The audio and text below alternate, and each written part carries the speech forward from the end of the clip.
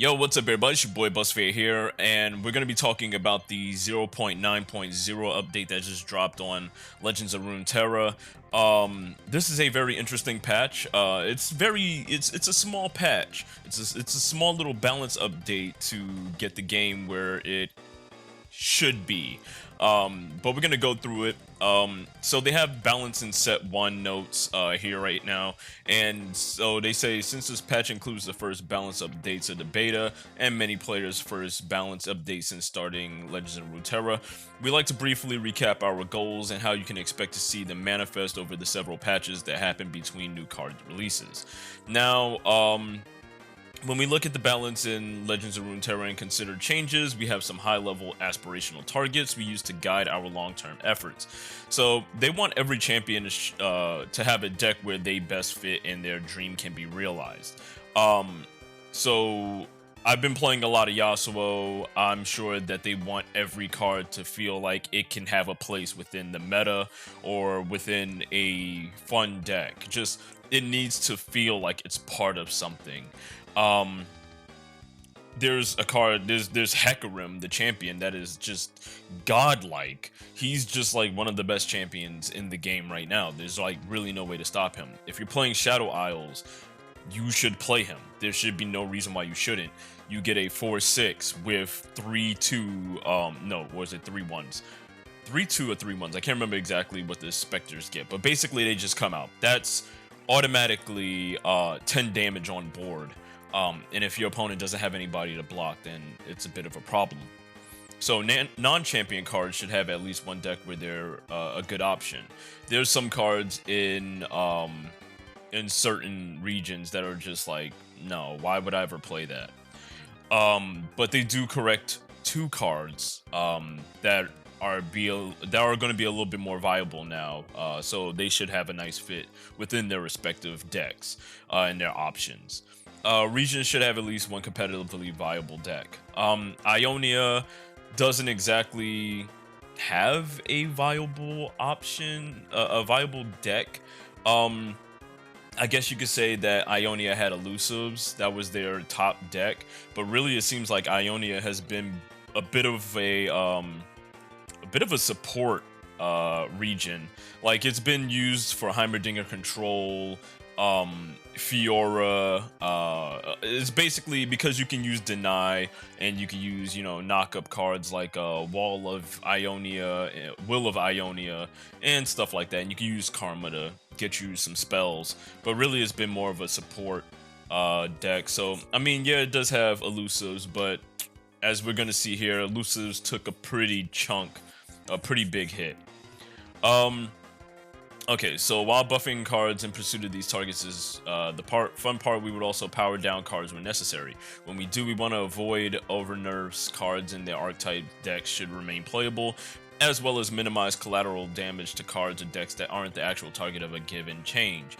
We fully plan to monitor changes rather than drop them and forget, and we'll make further tweaks in future patches as needed.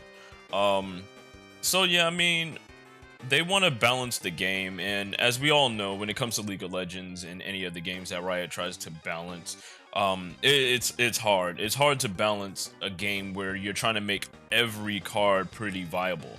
Now, there's going to be viable cards within the range of meta, and there's going to be viable cards within the range of fun. But hopefully they can make every card, or at least give a nice balance to every deck. So they have a bit of a roadmap here of what they want to do. They say they have a bit of a clear mind of what they want to do. So they're gonna have a cadence of some sort when releasing new sets. So they're gonna release a new set of cards. And then the first balance patch, mostly medium-sized, number of changes based on our early sense of outliers. Then the second balance patch significantly updates to underutilized cards, and main patch where you can expect any major champion updates. Third balance patch, limited number of changes to stabilize any meta issues, and then the next set of cards will be released. So that's really cool. Hopefully they could release sets, I would say maybe every 4 months. I know they have an idea of how many sets they want to release every couple months or so, but I don't know exactly what it is off the top of my head right now. So definitely you know, dropping a set, then giving us some little patches, you know, to just fine tweak stuff, then a major patch to like really balance everything out, and then just little minor tweaks after that. So it's kind of like a main phase, battle phase, main phase 2 kind of thing. And then we'll get a new set after that. So yeah, I mean, that's pretty cool. I'm glad that they have a nice little mindset. All right. In particular, you've let us know about issues with deck building, and we know it's important that we get experience to a higher quality. We got a few improvements in this patch, and down the line, you can expect to see a redesign of how card counts are displayed, and as well as as well as how many cards you're able to see on the screen at once. In the future, we'll also look at how we display your various currencies and wild cards and ways to make crafting cards easier. One problem I had with the user interface of deck building is when I went to create a card, it didn't exactly let you know how many of a card you already had before you tried to craft more. Then there was also that bug that was going around where if you purchased a card, it would not update your currency, and you wouldn't know if you actually bought the card or not. So then you would try to buy the card again, then it would say purchase declined or something like that, or payment error or something like that, and that basically meant that you already had the card, already had 3 of it. It just wasn't letting you know how much your currency was used. That was a bit annoying, but they fixed that, so that was good. All right, so now we're gonna go to the actual card updates. First, we have Lux.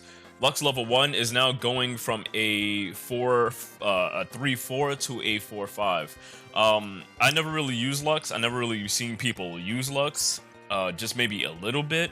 But she was never a bit of a problem at all. Like, you come in, you're a 6-drop, and you're only 3/4? Yeah, she was not really doing much. And I mean, it's cool that she has barrier and everything, you know, when she first comes out, but it's not really much. You know, Lux is whatever. So Lux level 2, you know, she's gonna go from a 4/5 to a 5/6 now, so she got buffs on both ends, so that's really good. Yasuo, as y'all know, I'm freaking Ionia main basically here. I love my control decks. He's getting a slight buff. You're basically, in order to level him up, it's 6+ units. Now it's going to be 5+. So you have a quicker time to get him leveled up, but it's only by 1. But let's see what they say about this. While testing Ionia changes internally, we found that Yasuo was catching collateral damage from changes aimed at elusive and hand buff decks. Inspiring Mentor was one of the best cards to utilize while leveling up Yasuo, and together with Deny would provide pivotal protection, extra important when heavily building around Yasuo. We've also found Yasuo often difficult to level up in expeditions, especially when not paired with Noxus. This quest buff should address both issues. So this buff was mainly for his expedition, his usefulness in expedition, and yeah, I mean, I don't blame him. Honestly, if they could give me separate buffs for expedition and normal, I would rather take a better buff in normal, where he does 3 damage when you stun a follower or a champion, instead of 2 damage. That way you're able to take care of, like, just a little bit more annoying threats. I can't think of any off the top of my head, but I feel like he was a little bit underutilized. But I mean, honestly, one of the cards that I had a problem with when using him against them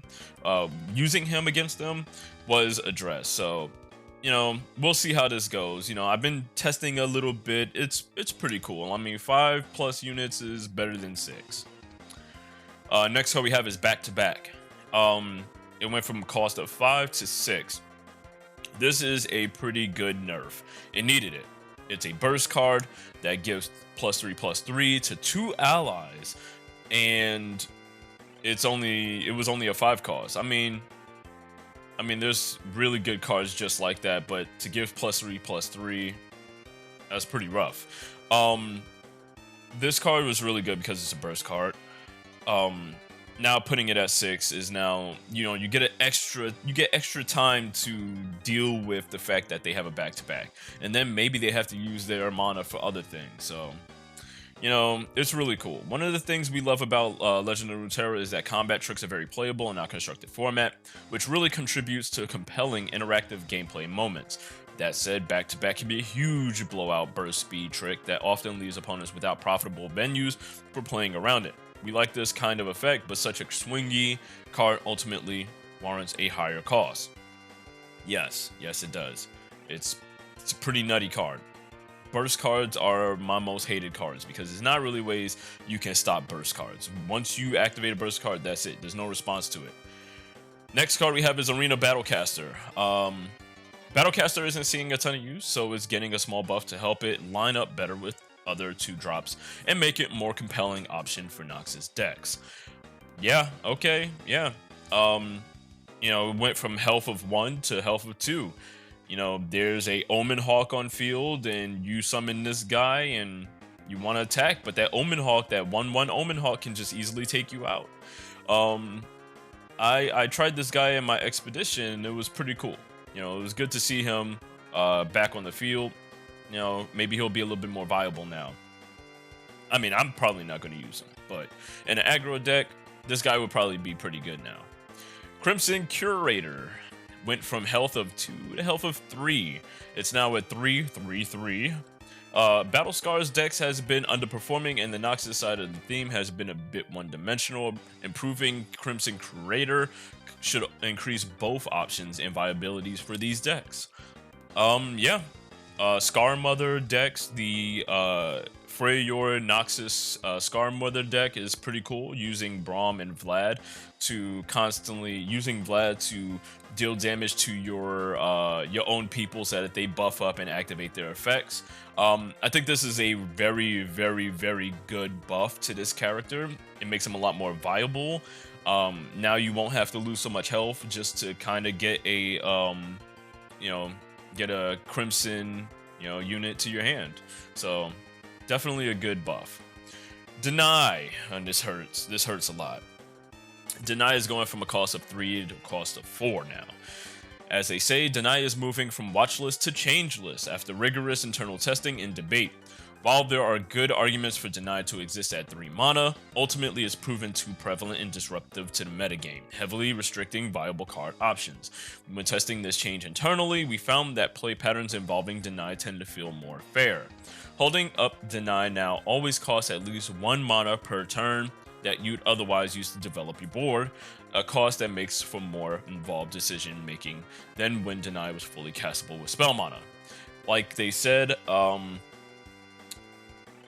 if it's late game, you have 10 mana, 3 spell mana, you can fill your board up using nothing but the 10 mana that you have and saving that 3 spell mana just for Deny.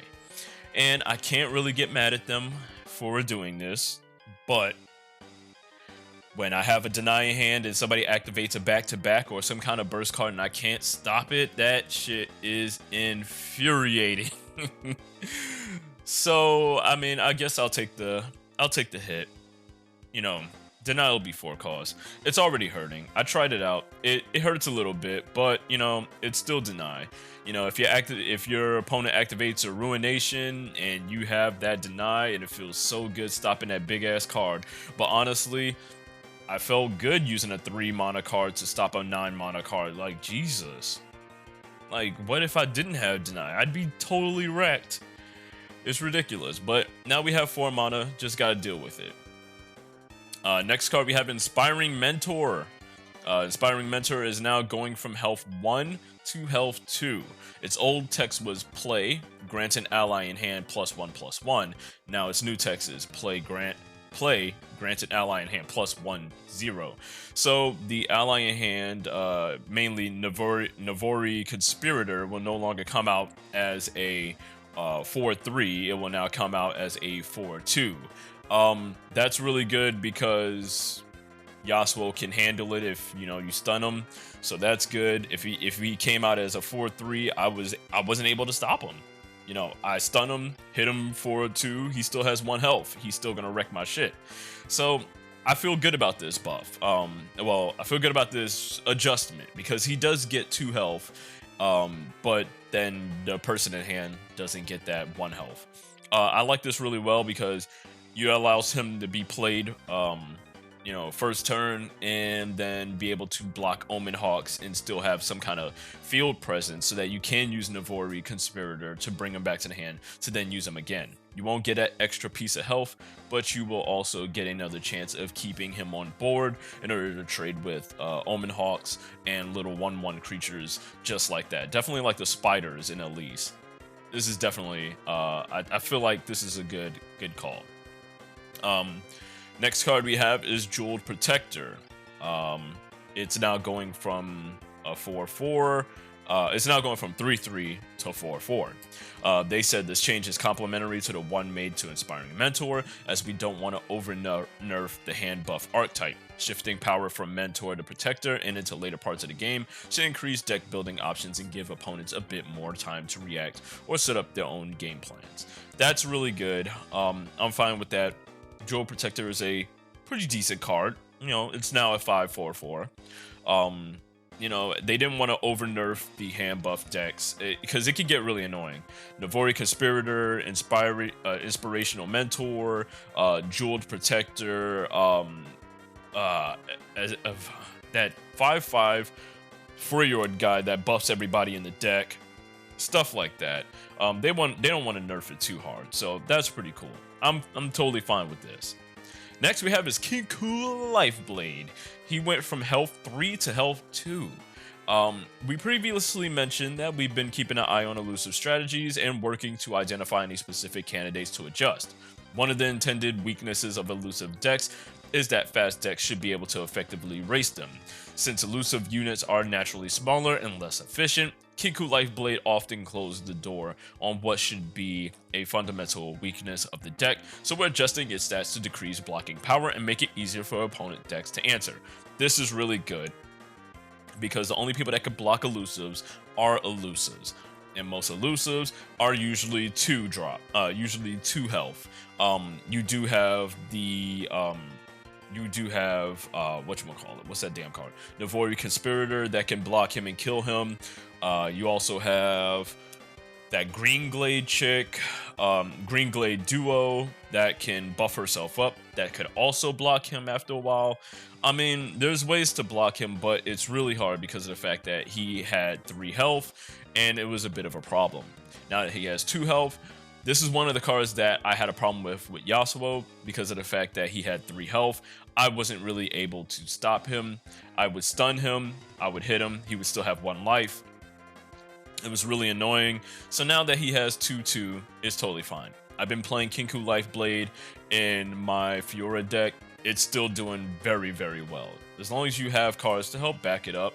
The fact that it has elusive and lifesteal, it's really good. So I don't really mind that nerf. Next, we have Shadow Isle cards. Commander Ledros. Ooh, God, this guy. All right. So his cost is 8. His cost went from 8 to 9, and his power went from 8 to 9. So he got a little bit stronger. He got a little bit more cost in order to pull him out. So you got 1 more turn in order to deal with this guy. His old text was cut the enemy nexus health in half. New text play, cut the enemy nexus health in half, rounded up. So what they say is Commander Ledros is an extremely powerful game-ending bomb that also acts as a recursive threat, and it's flexible to boot, offering both excellent stabilization in close games and close-out potential for aggro decks that might have otherwise come up short. Overall, Ledros was a bit too good at undoing whatever previously happened in a game, especially for a card that doesn't require any synergy to be effective. A card that doesn't so much should incur a higher opportunity cost and provide opponents more room to win before before and after its drop. So we're bumping its cost up to 9, which will not only delay Ledros' arrival, but will also allow less flexibility when recasting it. To partially compensate, we're bumping Ledros' power by 1. If it connects, it should be ending the game. I mean, if it connects, it should end the game. It's a 9 drop, and usually late game cards like that should be game ending in some sort of way. Ledros is annoying because, like they said, he doesn't have to have any synergy with any particular cards in any decks. He could just be dropped late game and half your opponent's health. It's really annoying. because he also has last breath, which means that he's going to go back to the hand and then he's going to be able to be dropped again. Now that they dropped him from 8 to 9, late game when you have 10 mana, 3 spell mana, whatever, it's going to cost 9 mana to drop him, which means you only have 4 mana altogether. 1 regular mana, and 3 spell mana. So once you drop him, there's no other cards you're going to drop unless it's a 1-drop card like Inspiring Mentor. That's pretty much about it. So that's really cool. I'm totally fine with that. Next we have is Rasa, the Sunderer. This is another late game Shadow Owl card that is very, very, very annoying. It went from a cost of 7 to a cost of 8. Rasa offers consistent blowout potential across many matchups, and the required setup is cheap to achieve in Shadow Isles. This often makes Rasa difficult for opponents to profitably play around and can leave them in rough state where they know they're going to get Rasa'd, but there's not much they can do about it. The rate was just too favorable, so we're bumping Rasa up to 8 mana in order to give opponents more room to play against it. It's totally fine. Give me one more turn to deal with Rasa. Also, Rasa is really annoying because in a Shadow Owls deck, most of the time they want you to destroy their creatures, so they're just going to sit there and just block, get destroyed, and then drop Rasa and destroy 2 of your best cards.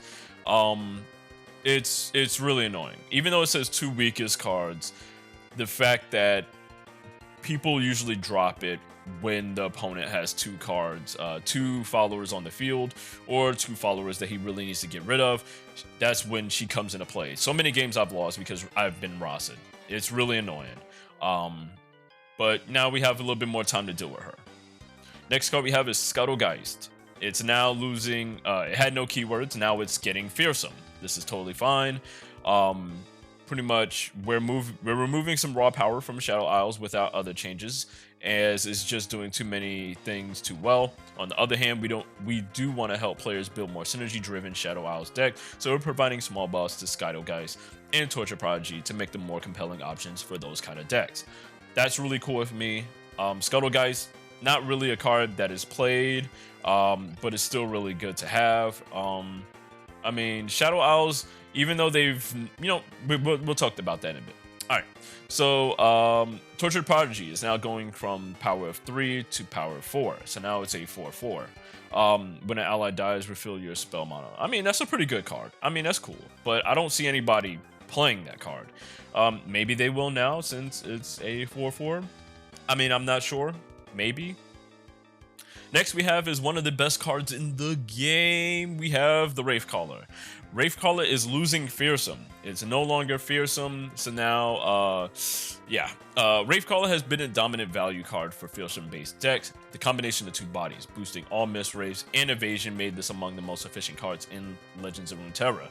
Considering the free Mist Wraith already comes with fearsome, we're cutting the keyword from Wraithcaller to reduce the amount of evasion and overall value it puts on the board. That's really good because Wraithcaller was really annoying. Wraithcaller, when you summon him, if you have another Shadow Isles card on top of your deck, you will then get a Mistcaller, Mist Wraith. Mist Wraith has fearsome also. It's a 2/2, I believe, with fearsome. Having a 4/3 with fearsome and also a 2/2 with fearsome, that's 6 damage on board. If your opponent is playing smaller cards, let's say he's running Elise with some spiders, there's no way he can block you. As soon as you attack, there's nothing he can do unless he does like a back-to-back or a Brothers in Arms or whatever the hell, Brothers Bonds, or whatever the hell that damn card is. Unless they do that, there's really no way they can block you. Yeah, it was a really good card. It's one of the best cards in the game. So yeah, that's pretty much it for the buffs and nerfs, the balances to the game. I feel like they could have did more with Shadow Isles. I feel like they could have did more with Hecarim, because Hecarim is a bit of a problem. Hecarim is indeed a problem. And the fact that you have a lot of Shadow Isles that are able to revive champions back from the grave, and you got to deal with more Hecarims. And also you got to deal with that shark. It's not fun. It's really not fun. I felt like they should have did more to Shadow Isles, but you know what? Maybe we'll see some more patches coming soon before the next set comes out, so we'll see. So they do have a watch list. They are talking about fearsome. Legends of Runeterra is built around a central pattern of interesting combats. One of the reasons we were keeping an eye on elusive decks and ultimately made some changes is that when firing on all cylinders, they remove much of that interactivity. In large concentrations, fearsome can have a similar impact. Once it becomes very difficult to block, the points of interaction shrink and a lot of interesting back and forth in the game disappears. For now, we think the changes in this patch plus some existing tools provided enough counter pressure on fearsome, but we'll be keeping an eye on those units and their supporting cards. Yeah, please keep an eye on fearsomes. Fearsomes are really annoying. Fearsomes are one of the decks that can get past elusives, unless they get buffed up. But fearsomes are really annoying. Control. Collectively, the card updates in this patch represent a general reduction in the power of tools that aggressive and mid-range decks have to combat control strategies, specifically ways to reach inevitability. While control decks have been problematic so far during beta, we'll be keeping an eye out to see if they've been overly powered up by these changes or their consequences. Well, I can tell you for a fact, Ionia took a bit of a nerf. Even though Yasuo got a bit of a buff, it is not enough for him to become viable. Deny went up to 4. Inspirator is now a 1-2, but you also lose on getting health for your Navori Conspirator and, Yasuo and stuff like that. So we'll see how this goes. But, so far, so good. The only control deck I see is becoming a problem is Heimerdinger. Heimerdinger with Karma is becoming a bit of a problem. Heimerdinger just in general is a bit of a problem. Piltover and Zon is becoming one of the best decks and probably will be the best deck of the meta right now, because of the fact that now that Kinku Lifeblade is now at 2, and he could be hit by cards like Mystic Shot. Ezra will be able to take care of him now, so that's really good. So, also, clarity. We've heard feedback that it can be hard to tell whether units' effects allow opponents to react or not, so we've added that info to tooltips. Units with effects that allow opponents' reactions now have a skills icon next to play or attack in the card text. This is really good because some cards do have effects. Some of those effects just immediately pop off. Some of those effects give your opponent a chance to respond. Ledros, Commander Ledros has an effect that says, as soon as he comes out on the field, you see the little circle come up and lets you know that you can counter it with deny or respond to it with another card. That's really cool. So now they let you know exactly if that's going to be one of those cards that's going to pop up and say, hey, you can respond to this. Other effects, like, when you play a card, sometimes it doesn't even have an effect pop up. It just activates. That's it. So that's definitely really good. I'm glad that they've clarified that, and that's really cool. Expedition archetypes. I'm not really going to get into this. Expedition is whatever. They did some changes to EXP and stuff like that, but really what you came here for was to see the balances in the cards. Also, they have some PC FPS options. Thank God. I thought it was just me because I was playing on a souped up computer and I'm like, why does it look like my thing is going in 30 FPS? So on PC only, we've added in FPS options in the setting menus. The drop down has 3 settings: 30-60, the previous default with 30 FPS during non-interactive moments, and 60 FPS during interactive ones, grabbing and moving cards, etc. Balances battery consumption and responsiveness while interacting with cards. So we recommend this setting for battery operated devices, even though there really aren't any battery operated devices unless you're talking about a laptop. Other than that, I feel like 60 frames a second or 30 frames a second should have been left as it is right out of the gate. 60 locks the frame rate at 60, roughly doubles battery consumption compared to 30-60. 60 plus, this game will try to run as fast as possible, up to 240 FPS, will drain batteries very quickly. Some animations may run faster than intended, which can lead to rare crashes when rapidly navigating through the client. So, that's really good. I'm glad that they did that because I really needed that. Come on, I really needed that. there's some bug fixes and stuff like that. But that's pretty much it, guys. Thank you guys for all hanging out. I do have the Fiora deck profile that is coming up the same day as this video dropping right now. It is Wednesday, the 19th.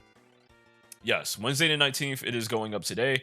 Also, the Fiora deck profile will be going up today, and I am now working on an Ezreal deck profile that I'll be bringing up close soon. I just got to get some of the cards. I got to get some rare wild cards. But thank you guys for all hanging out. If you enjoyed the content, make sure to leave a like, subscribe, comment down below. Let me know your thoughts on the patch updates. And this is going to be your boy Busfare out. Peace out, everybody.